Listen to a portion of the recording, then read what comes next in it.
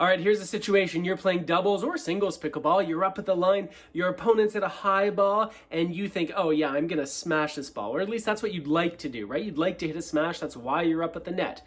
But let's imagine for this hypothetical scenario that the lob is so good that it gets over your head, you cannot smash it. So what do you have to do? Well, you got to turn and run.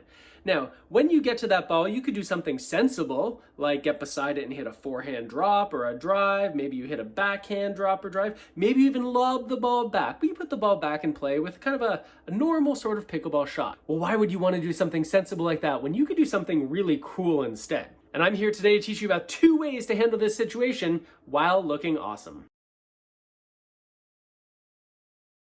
Okay, so the first of the 2 examples will be the straight up tweener. This is where that ball beats you. You run directly at it as though you're going to run into the ball. And the trick here is to let that ball come really close to the second bounce. And why is that? Well, you've got to let that ball get low enough that you can essentially run over it. You should be past the ball when you hit it. That way you can hit it back toward the net instead of up into your body, which does not feel very good. So the timing here is tricky. You've got to run slow enough that you don't run into the ball, but you've got to run fast enough that you can run just over that ball so you can hit it squarely with your paddle and send it back toward the net.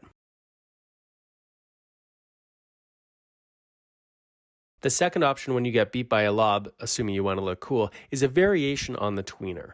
Once again, you run toward the ball, but this time you make sure that you're running so that the ball is a little bit more on your dominant side. So if you're right-handed, the ball should be a little bit more to the right-hand side of your body. And that's because as you run up to this ball, as you run just past the ball, before it hits the ground for the second time, you are going to swing back. And instead of hitting the ball back between your legs, you are going to hit it on the dominant side of your body. You're going to turn your hand so your palm is facing back toward the net. This shot is a little bit tough on the rotator cuff. I don't find this one very comfortable typically, but who knows? You might be a little bit more flexible than me. So the idea is the same, that you run to the ball, you run a little bit past the ball. That way you can hit it straight ahead back towards your opponents, and just, be careful with your shoulder. So there you go. Next time you get lobbed when you're playing pickleball, don't hit the smash. Let that ball go right over your head. And when you run back for it, don't do something smart like hitting a drop or a drive or a lob with a normal forehand or backhand.